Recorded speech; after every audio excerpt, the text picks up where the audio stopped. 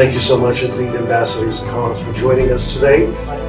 And in fact, for those who don't know, he's probably one of the most extraordinary diplomats in Israel, but also when we look at it from the U.S. side, we certainly would have loved to have Jeremy represent the United States. He recently retired ambassador to Germany and former Vice Director General of the Foreign Ministry. My apologies for the writing over here. Well, it's great to have Jeremy join us today, and we've talked quite a bit about the Abraham Accords and specifically about its success and its potential. And I was really intrigued by the fact that you were there right at the beginning of that very important phase. And according to the Times of Israel, I'd like to quote, in 1994, Issacharoff, the number 3 at the Israeli embassy in Washington, was approached by an American consultant who worked with Gulf countries and said the UAE wanted to know how Israel felt about Abu Dhabi seeking to buy F-16 fighter jets from the U.S. The Emirates wanted to avoid clashes with us on Capitol Hill regarding agreements on defense sales. Issacharoff recalled, I said, let's meet and discuss, unquote. Now that's an extraordinary response from an ambassador or from a diplomat. Could you take us through that journey from that very early days, pre-Abraham Accords in 1994? Thank you. It's so great to be here today and to share the forum with these such distinguished guests. Well, this was one of my second posting abroad in Washington, the center of the universe at the time, and it was not every day you get a question from a very good colleague that Israel should not take any action in Congress about an impending major arms sale to an Arab country with whom we had no diplomatic relations. And so my first reaction was, first of all, if you have a message, tell us directly. And after about 2 or 3 weeks, I got a call from the intermediary and said, Dr. Joel Anand Samy, a very senior UAE official, would like to meet with you. We sat down for a number of hours and discussed the region. We discussed what they wanted from us. And to cut a long story short, in a pretty short time, after many discussions, because this is an incredibly complex subject of, military balances in the area, Israel's qualitative military edge. To cut a long story short, the late Yitzhak Rabin came to Washington and informed the Americans that we would not have an objection to this arms sale to the United Arab Emirates. Which I might add, we never had a direct conflict with them. We were never in a state of war with them as such. And that was the first confidence building measure that we had between our two countries. It led to an informal presence in Abu Dhabi already in the 90s.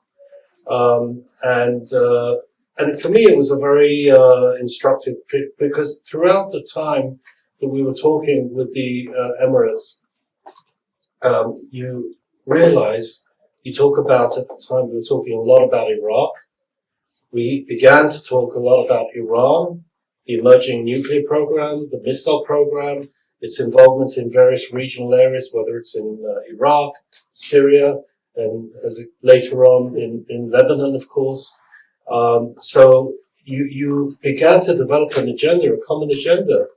And you talk about ISIS, you talk about Al-Qaeda, you talk about the Muslim Brotherhood, and you're almost struggling to find something to disagree about. And you try and think to yourself, well, what exactly is the Arab-Israeli conflict? Because we pretty much agree on everything. And, usually the issue of the Palestinians did come up.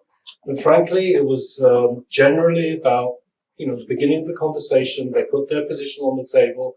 We responded to them. And then we, kind of got down to business. Because at times, you have to also understand, and when you enter the Arab world, that sometimes the dynamic and the frictions between Arab countries themselves and the Palestinians in this case was sometimes even greater than the friction between us and the Palestinians. Jeremy, in regard to the efforts that you have made with the UAE, and as we look at the Abraham Accords today, we've talked about the importance of engaging Saudi Arabia and other countries as well. Yeah. What would your advice be to leaders in America, Israel, and other Gulf states, and what could be done in expanding the Abraham Accords, a successful endeavor that you were part of from the very nascent stages? Well, I think any Israeli government coming into power today, I think the two major foreign policy goals that it will have will be, first of all, to, not in any order of substance, but I think, first of all, to deal with the emerging Iranian threat. Let's not forget, Iran is not within the context of a nuclear agreement. There are no restraints. There are not sufficient inspections. Iran is enriching to 60%, and the program is moving forward without any restraint as such. And this is not a problem that is going away. Beyond that, Iran is also involved in the war with Russia and Ukraine, helping Russia, providing UAVs. They're attacking civilians in Ukraine, and it's something the Europeans are beginning to understand how we felt about the Iranian threat from the beginning. And then, if that wasn't enough, you also have what's going on the streets in Iran, with the protests and the brutal repression of Iranian civilians. So that's the major issue that we have to deal with, dealing with the threats that we face in the region, not only us, but our Arab neighbors as well. The second one is, in my opinion, preserving the peace treaties with Egypt and Jordan, which in the end of the day are not just nice to have. These are incredibly important security measures that contribute incredibly to our national security. And just think, we've been through a few wars with Egypt, and being in a state of peace with Egypt has a very major peace dividend in and of itself. So it's important to maintain that those peace treaties. Third of all is essentially the Abraham Accords. And if you may remember, in September of 2020, when the Accords were signed, it was done also after there was an understanding that Israel would not press forward its plans to annex the West Bank. And as a result of that, the Abraham Accords were signed. And so I think that I would first of all suggest to any government coming in that these three goals of protecting Iran, protecting against Iran, safeguarding the peace treaties, and also strengthening the Abraham Accords are going to be absolutely vital. And as Ivan said, regarding the issue of cooperation needed for international terrorism, on all of these items you're going to need major cooperation with the United States and also with our European partners, which we have very deep strategic ties with as well. So I think that the Abraham Accords, the government will have to be very sensitive to what it does on the ground and how it impacts our neighbors. That doesn't mean they have a veto on what we do, but we also have to be aware of our realities. And I think what was mentioned before about Mr. Smotrich making this statement that he doesn't think that annexation will be so quick. Maybe it's also a sign of his realization of this situation. Jeremy, I've appreciated your principled stand on a great number of issues. We've had conversations on the rise of anti-Semitism in Europe and America. And as we see a new generation of leaders rise up and take elected office and are able to advance our shared values and principles, what is your message to a new generation of leaders in America, in Europe, that are looking at these great threats that we face, the rise of anti-Semitism, BDS? What is your message to them based upon your own experiences? Putting principles first rather than political expediency. Well, look, my experience, almost 5 years in Germany, was one of the most sensitive positions I think any Israeli ambassador can serve in. And it was also at a time where you still encountered anti-Semitism on the streets of Berlin. But it wasn't, let's be frank, it wasn't just a problem in Germany. There's a problem in Europe. I grew up in England, I was educated in England, and I also wouldn't say it was by no means an anti-Semitic society, but you encountered anti-Semitism.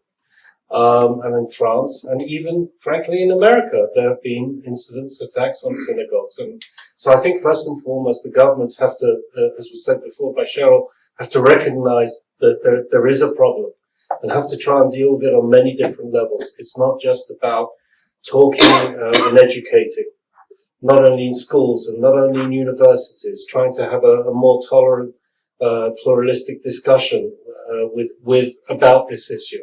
It's also about talking to religious institutions that could talk about tolerance. And also in the end, it has to be about enforcement.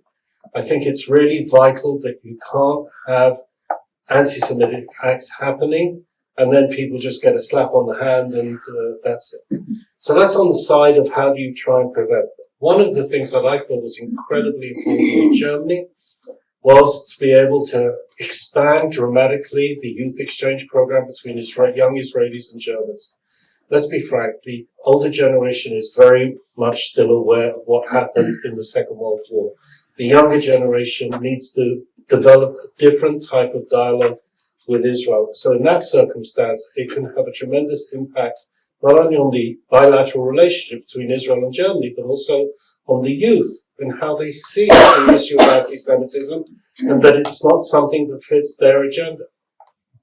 Thank you. But it's a massive, massive issue that has to be related. In regard to ESG, and I know that you've been involved in some of the endeavors for the future here, what is your message in regard to ESG, the environmental, social governance ranking system, which is now targeting Israel and also undermining Israel's opportunities in the field of raising funds for new investments? Well, I think that's also something that the incoming government should be very cautious about.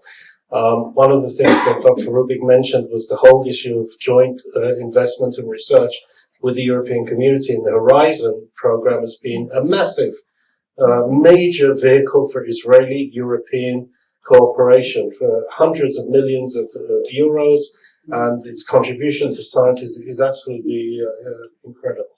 So I think that's, first of all, we have to find a way to also demonstrate that, for example, food security, food tech, agro-tech, all of these different things. Renewable energy is such a vital issue in this, present context. And the idea of not only producing renewable energy, but how, and there's technology in Israel of how you can store renewable energy. And that is something that could be absolutely revolutionary in these times. And so it's, there will always be attempts to delegitimize Israel. I'll be frank with you, in Germany, the BDS movement was not as strong as I think it was in other countries. The sensitivity of the German government to any type of boycott and delegitimization of Israel is they're very sensitive to it and very reactive to it in a very decisive way. But it's something that we have to be mindful of, and there will be attempts. And also, I think we've just gone through a very highly political season in Israel. A lot of declarations have been made, and those declarations, between them being made and being implemented, there's a big distance. And so I would urge everyone to sort of hold their horses, wait and see how things develop. I have no doubt that any incoming government will have to be very sensitive to all of these different factions and all of these different factors that can impact Israel's contribution to the international community, and stop attempts to try and delegitimize it. Thank you so much for your time, Ambassador Issacharoff, and thank you for joining us.